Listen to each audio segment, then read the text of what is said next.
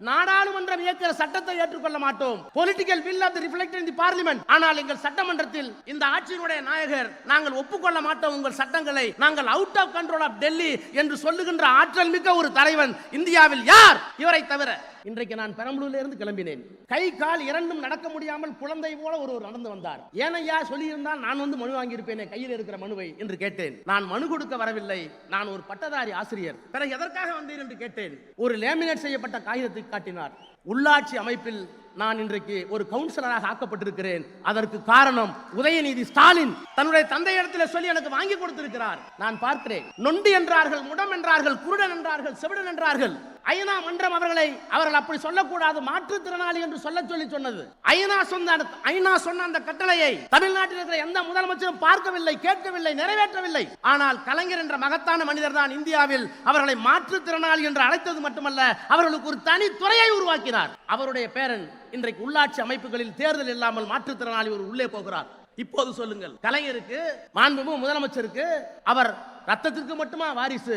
இல்லை, அவர்கள் கொண்டிருக்கிற லட்சியத்திற்கு வாரிசு. ஆண்டவனுக்கு திருவிழா இந்த மண்ணில் நடக்கிறது. ஆனால் அறிவுக்கு திருவிழாவை நடத்திய ஒரே அரசியல் தலைவன் நீ மட்டும்தான், நீ மட்டும்தான். பாப்லோ நெருடோ என்ற ஒரு கவிஞன் இலக்கியத்திற்கு நோபல் பரிசு பெற்றான். சிவப்பு சந்தனையில் தன்னை ஊர்கரித்துக் கொண்டான். கம்யூனிஸ்ட்காரன்.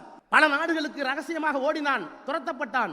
அவன் மறைவதற்கு முன்னால் நீங்கள் என்ன சொல்ல விரும்புகள் என்று கேட்டார்கள். அவன் சொன்னான், தத்துவ ஆறு தலைமுறையை தாண்டி பயணிக்கிற போது, ஒரு தத்துவ ஆறு, ஒரு இயக்கத்தின் தத்துவ ஆறு தலைமுறையை தாண்டி பயணிக்கிற போது, தலைமுறை மாற்றம் வருகிற போது, கரையை கெட்டிப்படுத்தி காவல் காக்கிற காவலன் எவனோ அந்த காவலன் தான் அந்த இயக்கத்திற்கு தலைவன் என்று சொன்னான். தத்துவ ஆறு ஓடிக்கொண்டே இருக்கிறது. அந்த தத்துவ ஆற்றை கரையை பலப்படுத்தி கொண்டிருக்கிறீர்கள். பாப்புலோ நெருடோ சொன்னான், அந்த காவலன் தான் தலைவன் என்று.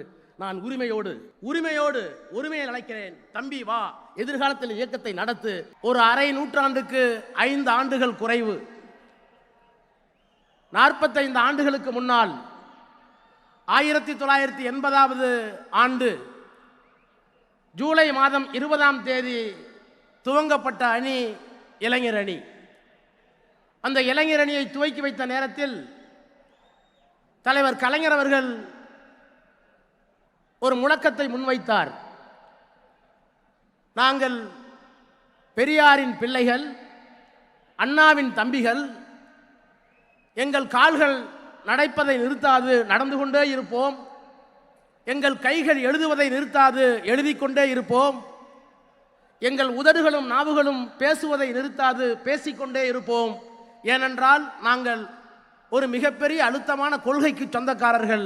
நாங்கள் பெரியாரின் பிள்ளைகள், அண்ணாவின் தம்பிகள் என்று அந்த முழக்கத்தை முடித்தார். 45 ஆண்டு காலம் உருண்டோடி விட்டது. அன்றைக்கு சில 100 பேர். நான் பட்டப்படிப்பை துவங்கியிருந்த முதல் ஆண்டு. ஆனால் இந்த மேடையை இன்றைக்கு பார்க்கிறேன், இந்த மைதானத்தை பார்க்கிறேன். எவ்வளவு பெரிய எழுச்சி!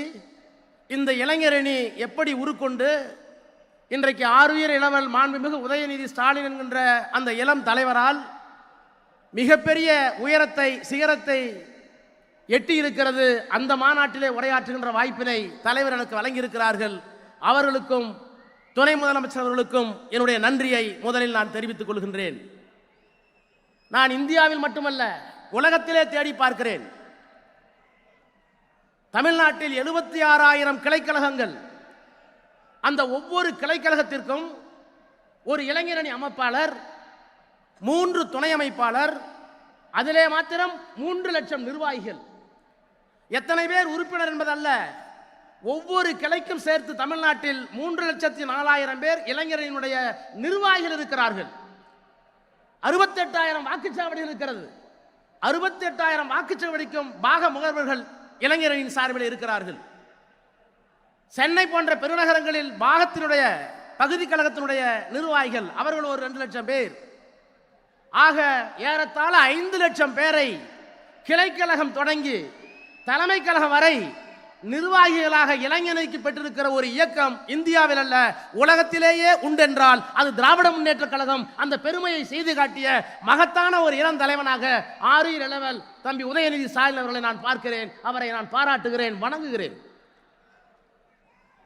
அதுவும் சாதாரணமா இப்ப போட்டு காட்டினார்களே, மாவட்ட அமைப்பாளர்களை, துணை அமைப்பாளர்களை நேர்காணல் செய்து அதற்கு கீழே இருக்கிற நிர்வாகிகளை தொலைபேசியிலே சந்தித்து பேசி அப்படியெல்லாம் கொண்டு வந்திருக்கிறார்கள்.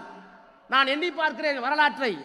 1993ஆம் ஆண்டு இந்த இயக்கத்திற்கு ஒரு சோதனை வந்த நேரத்தில் தஞ்சையிலே பொதுக்குழுவை அண்ணன் கோசிமணி அவர்கள் கூட்டி இந்த இயக்கம்தான் உண்மையான திராவிட முன்னேற்ற கழகம் என்பதை தேர்தல் ஆணையத்திலே நிரூபிப்பதற்காக ஆவணங்களை எல்லாம் பொதுக்குழு ஆவணங்களை எல்லாம் கொண்டு போய் சேர்த்த நேரத்தில் அன்றைக்கு ஆணையத்தினுடைய தலைவராக இருந்த TN சேஷன் சொன்னார், democratically structured only party in India DMK.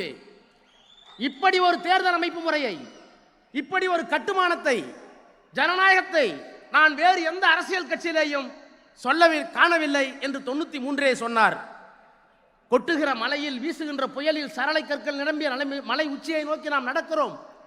கையிலே ஒரு அகல் விளக்கு, அந்த அகல் விளக்கு அணையாமல் இருப்பதற்கு தம்பிமார்களே உங்கள் கையை தாருங்கள் என்று சில 100 பேர்களை வைத்துக்கொண்டு ராபின்சன் பூங்காவிலே தொடங்கிய இந்த இயக்கம் இன்றைக்கு திருவண்ணாமலையில் 1,30,000 பேர் அமர்ந்து 91 சட்டமன்ற தொகுதியிலிருந்து வந்து 29 கழக மாவட்டங்களிலிருந்து இத்தனை பேரை கட்டுப்பாடோடு கடமையாற்றுகின்ற பணியை செய்திருக்கின்ற உதயநிதி ஸ்டாலின் அவர்களுக்கு என்னுடைய சல்யூட் சல்யூட் சல்யூட்.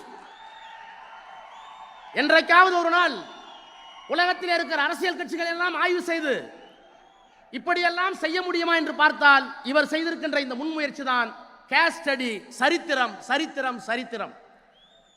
நான் இந்த இயக்கத்தினுடைய மூலத்தை உங்களை அழைத்துக் கொண்டு எண்ணி பார்க்கிறேன். தந்தை பெரியார் இந்த இயக்கத்திற்கு தத்துவத்தை தந்தார். அண்ணன் வேலு அவர்கள் வரவேற்பை நிகழ்த்துகிற போது தந்தை பெரியாரை இந்த வடிவத்திலே பார்க்கிறேன் என்று சொன்னார். கலைஞர் சொன்னார், எரிமலையாய் சுடுதலாய் இயற்கை கூத்தாய், இறைவனுக்கே எதிர்ப்பு சொன்ன இங்கர்சாலாய், ஏனென்று கேட்பதிலே வைர நெஞ்ச வாழ்த்தேராய், எப்போதும் பேசுவதில் ஏதர்ஸ் நகர் இங்கர்சாலாய் எம் தந்தை வாழ்ந்துட்டார். பம்பரமும் ஓய்வு வரும் சுற்றிய பின், ஆனால் படுகளமாய் போன பின்னும் சுற்றி வந்தார் என்று தந்தை பெரியார் இந்த மண்ணில் சுற்றி வந்தார். அண்ணா ஆட்சி பொறுப்புக்கு வந்து விட்டார் அந்த தத்துவத்தை முன்வைத்து. ஆனால் அப்போது பெரியாருக்கு மனசலிப்பு ஏற்பட்டது. ஏன் வாழுகிறோம் என்கின்ற அந்த விரக்தி ஏற்பட்டது. விடுதலையிலே எழுதினார், புற்றுநோயால் பாதிக்கப்பட்ட பேரறிஞர் அண்ணா அமெரிக்காவில் இருந்தார். பதறி போய் சொன்னார், தலைவர் அவர்களே உங்களுக்கு ஏன் மனசலிப்பு? எனக்கு தெரிந்து உலகத்திலே எத்தனையோ புரட்சிகளை பார்த்திருக்கிறேன். ரஷ்யாவிலே 2 தலைவர்கள், மார்க்ஸ் லெனின். பிரெஞ்சு புரட்சிக்கு வால்டேர் ரூசோ, 2 தலைவர்கள். 2 நூற்றாண்டு வெவ்வேறு காலகட்டம். தத்துவத்தை தந்தது ஒருவர், அதை அரியணை ஏற்ற இன்னொருவர். ஆனால் எனக்கு தெரிந்த ஒரு தத்துவத்தை ஒரு தலைவன் சொல்லி அவருடைய வாழ்நாளிலேயே அந்த தத்துவம் வெற்றி பெற்ற வரலாறு உங்களுக்கு மட்டும்தான் இருக்கிறது, ஏன் உங்களுக்கு சோர்வு என்று கேட்டவர் பேரறிஞர் அண்ணா. அந்த அண்ணா இயக்கத்தை கட்டியமைத்து ஆட்சி பொறுப்பிற்கு வந்தவுடன் தமிழ்நாடு என்ற இந்த நாட்டுக்கு பெயர் சூட்டினார். தமிழ்நாடு என்று பெயர் இருக்கிற வரை இந்த நாட்டில் யார் முதலமைச்சராக இருந்தாலும் அண்ணாதுரை தான் தமிழ்நாட்டை ஆளுகிறார் என்று அண்ணா சொன்னார். அதை இந்த மேடையிலே நான் எண்ணி பார்க்கிறேன். கலைஞர் ஆட்சி பொறுப்பிற்கு வந்தார். நாங்கள் நாடாளுமன்றத்தில் 20 ஆண்டு காலம் இருக்கிறோம். தமிழுக்கு செம்மொழி மட்டுமல்ல, பெண்ணுக்கு சொத்துரிமை மட்டுமல்ல, ஆட்சியிலே அவர் எப்படி பணியாற்றினார், கொள்கையிலே எப்படி பணியாற்றினார். 56 இன்ச் மோடி அவர்கள் நாடாளுமன்றத்திலே சொன்னார், சுதந்திரம் அடைந்து இத்தனை ஆண்டுகள் கழித்து நேரு செய்யவில்லை, இந்திரா காந்தி செய்யவில்லை, நான் தான் செய்தேன். என்ன செய்தேன்? 40,000 கிராமங்களுக்கு மின்சாரம் போய் சேரவில்லை, நான் தான் சேர்த்தேன். குடியரசுத் தலைவர் உரையிலே சொன்னார். நான் பேசுகிற போது சொன்னேன், பிரதமர் அவர்களே இன்றைக்கு 2024 சொல்லுகிறீர்களே 40,000 குடும்பத்துக்கு வீட்டுக்கு நாங்கள் மின் இணைப்பு கொடுத்தோம் என்று. 1974 எல்லா கிராமத்திற்கும் மின்சாரத்தை கொண்டு போய் சேர்த்த ஒரு தலைவன் கலைஞர் என்கின்ற அந்த தலைவன், மகத்தான தலைவனை தலைவராக பெற்ற இயக்கம் இந்த இயக்கம் என்று சொன்னேன். இப்படி பெரியார், அண்ணா, கலைஞர் இந்த தத்துவங்களை எல்லாம் தாங்கி இருக்க நம்முடைய தலைவர் இங்கே இருக்கிறார். சுருக்கமாக சொன்னால் திராவிட மாடல் அரசை இயக்கி கொண்டிருக்கிறார். பெரியார் தனிநாடு கேட்டார், திராவிட நாடு கேட்டார், தமிழ்நாடு கேட்டார். அண்ணா திராவிட நாடை கைவிட்டு விட்டு தனித்தமிழ் நாட்டை கைவிட்டு விட்டு மாநில சுயாட்சி கேட்டார். மாநில சுயாட்சிக்காக தீர்மானம் போட்டார் கலைஞர். தனிநாடு கேட்டவர் பெரியார், மாநில சுயாட்சி வேண்டியவர் அண்ணா, தீர்மானம் போட்டவர் கலைஞர். தீர்மானத்தோடு நிற்கவில்லை. இன்றைக்கு மாநிலத்தின் உரிமைகள் பறிக்கப்படுகிற போது நீட்டாக இருந்தாலும் ஏற்றுக்கொள்ள மாட்டோம். பொருளாதாரத்திலே முன்னேறியவர்களுக்கு எக்கனாமிக்கலி வீக்கர் செக்ஷன் என்று சொல்லுகின்ற பொருளாதாரத்திலே பின்னடைந்தவர்கள் என்பதற்காக இடஒதுக்கீடு தருகிறீர்களே, உண்மையான இடஒதுக்கீடு கோட்பாட்டை தவிர்த்து விட்டு அதை ஏற்றுக்கொள்ள மாட்டோம். விஸ்வகர்மா என்ற ஒரு திட்டம், அந்த திட்டத்தை நாங்கள் ஏற்றுக்கொள்ள மாட்டோம். நாடாளுமன்றம் இயக்கிற சட்டத்தை ஏற்றுக்கொள்ள மாட்டோம். Political will of the reflected in the parliament. ஆனால் எங்கள் சட்டமன்றத்தில் இந்த ஆட்சியினுடைய நாயகர் நாங்கள் ஒப்புக்கொள்ள மாட்டோம் உங்கள் சட்டங்களை, நாங்கள் out of control of Delhi என்று சொல்லுகின்ற ஆற்றல் மிக்க ஒரு தலைவன் இந்தியாவில் யார்? இவரை தவிர. இத்தனை பெருமைக்கும் சொந்தக்காரர். இன்றைக்கு அவருடைய மகன் இங்கே இந்த இயக்கத்தை வழிநடத்த இருக்கிறார், தமிழ்நாட்டை வழிநடத்த இருக்கிறார். நான் அவரை தலைமை தாங்கி நடத்த வேண்டும், தகுதி உங்களுக்கு இருக்கிறது சொல்வதற்கு காரணம் என்ன? கலைஞரின் பேரன் என்பதற்காக மட்டுமா? முத்துவேல் கருணாநிதி ஸ்டாலின் என்ற மகத்தான மனிதனுடைய பிள்ளை என்பதற்காக மட்டுமா? அவையெல்லாம் ரெலவென்ட் ஃபேக்டர்ஸ், தொடர்புக்குரிய காரணிகள். அதையும் தாண்டி ஆட்சியையும் கட்சியையும் வழிநடத்தக்கூடிய ஆற்றல் எதிர்காலத்தில் அவருக்கு உண்டு. அவர் ஆட்சியில் இருக்கிற ஆற்றிய பணியா? என்னென்ன பணிகளை ஆற்றியிருக்கிறார்? தமிழ்நாடு சாம்பியன் ட்ரஸ்ட், விளையாட்டுத்துறையை வைத்துக் கொண்டு இத்தனை சாதனைகளை செய்த ஒரு அமைச்சரை நான் இந்தியாவிலேயே பார்த்ததில்லை. நெடுஞ்சாலை போடுகிறார் வேலு என்றால் ஒப்புக்கொள்ளலாம். எல்லா ஊருக்கும் தண்ணீர் வருகிறது என்றால் நான் நேருவை ஒப்புக்கொள்ளலாம். எல்லா கிராமத்திற்கும் தண்ணீர் போகிறது என்றால் ஐபிஐ ஒப்புக்கொள்ளலாம். இவையெல்லாம் தெரிந்த துறைகள். ஆனால் விளையாட்டுத் துறையில் இவ்வளவு விந்தைகளை செய்யக்கூடிய ஆற்றலை பெற்ற ஒரு அமைச்சரை, தம்பி உங்களைத்தான் நான் பார்க்கிறேன். எத்தனை திட்டங்கள்! தமிழ்நாடு சாம்பியன் ட்ரஸ்ட், போட்டிக்கு போவதற்கு முன்பாகவே ஊக்கத்தொகை, தேசிய முதல் ஒலிம்பிக் வரை யார் பதக்கம் பெற்றாலும் அவர்கள் அழைத்து வந்து பதக்கம். எலைட் ஸ்போர்ட்ஸ் பர்சன் ஸ்கீம், உலக போட்டியா ஒலிம்பிக் போட்டியா எல்லா செலவையும் நாங்கள் ஏற்றுக்கொள்கிறோம். இன்டர்நேஷனல் மெடல் ஸ்கீம், 12 லட்சம் ரூபாய் ஒரு வீரனை தயார் செய்வதற்கு. சாம்பியன் டெவலப்மெண்ட், 20 வயதிற்கு உட்பட்டவர்களை எதிர்காலத்தில் தயார் செய்வதற்கு திட்டம். இதையெல்லாம் கூட நான் ஏற்றுக்கொள்கிறேன். சாதாரண சிந்திப்பிலே கூட வந்திருக்கக்கூடும். தலைவருக்கு பரிசு இருக்கிறீர்களே, அவரிடத்திலே சொல்லி இன்னொரு வேலையை செய்தீர்களே. உள்ளாட்சி துறையில் இன்றைக்கு நான் பெரம்பலூரிலிருந்து கிளம்பினேன். கை கால் இரண்டும் நடக்க முடியாமல் குழந்தை போல ஒருவர் நடந்து வந்தார். ஏனையா சொல்லியிருந்தால் நான் வந்து மனு வாங்கியிருப்பேனே கையில் இருக்கிற மனுவை என்று கேட்டேன். நான் மனு கொடுக்க வரவில்லை, நான் ஒரு பட்டதாரி ஆசிரியர். பிறகு எதற்காக வந்தேன் என்று கேட்டேன். ஒரு லேமினேட் செய்யப்பட்ட காகிதத்தை காட்டினார். உள்ளாட்சி அமைப்பில் நான் இன்றைக்கு ஒரு கவுன்சிலராக ஆக்கப்பட்டிருக்கிறேன். அதற்கு காரணம் உதயநிதி ஸ்டாலின் தன்னுடைய தந்தையிடத்தில் சொல்லி எனக்கு வாங்கி கொடுத்திருக்கிறார். நான் பார்க்கிறேன். நொண்டி என்றார்கள், முடம் என்றார்கள், குருடன் என்றார்கள், செவிடன் என்றார்கள். ஐநா மன்றம் அவர்கள் அப்படி சொல்லக்கூடாது, மாற்றுத்திறனாளி என்று சொல்லி சொன்னது. ஐநா சொன்ன அந்த கட்டளையை தமிழ்நாட்டில் இருக்கிற எந்த முதலமைச்சரும் பார்க்கவில்லை, கேட்கவில்லை, நிறைவேற்றவில்லை. ஆனால் கலைஞர் என்ற மகத்தான மனிதர் தான் இந்தியாவில் அவர்களை மாற்றுத்திறனாளி என்று அழைத்தது மட்டுமல்ல, அவர்களுக்கு ஒரு தனி துறையை உருவாக்கினார். அவருடைய பேரன் இன்றைக்கு உள்ளாட்சி அமைப்புகளில் தேர்தல் இல்லாமல் மாற்றுத்திறனாளி ஒரு உள்ளே போகிறார். இப்போது சொல்லுங்கள், கலைஞருக்கு, மாண்புமிகு முதலமைச்சருக்கு அவர் ரத்தத்திற்கு மட்டுமா வாரிசு? இல்லை, அவர்கள் கொண்டிருக்கிற லட்சியத்திற்கு வாரிசு. இத்தனையும் செய்திருக்கிறார் ஆட்சியில். இதற்காக கூட உங்களை நான் தலைவர் என்று சொல்ல எத்தனிக்க மாட்டேன். இவையெல்லாம் எல்லா அமைச்சர்களும் செய்யலாம். உங்களை எங்கே பார்க்கிறேன்? சனாதனத்திற்கு மண்டியிட மாட்டேன் என்று சொன்னீர்களே. உச்ச நீதிமன்றத்திலே ஒரு வழக்கு, இந்தியாவில் 20க்கும் மேற்பட்ட உயர் நீதிமன்றங்களில் வழக்கு. பயந்தாரா? என்ன செய்ய போகிறோம் என்று திகைத்தாரா? சிறை என்றால், சிலுவை என்றால் தூக்கி திரும்பதற்கு எத்தனை பேருக்கு முடியும்?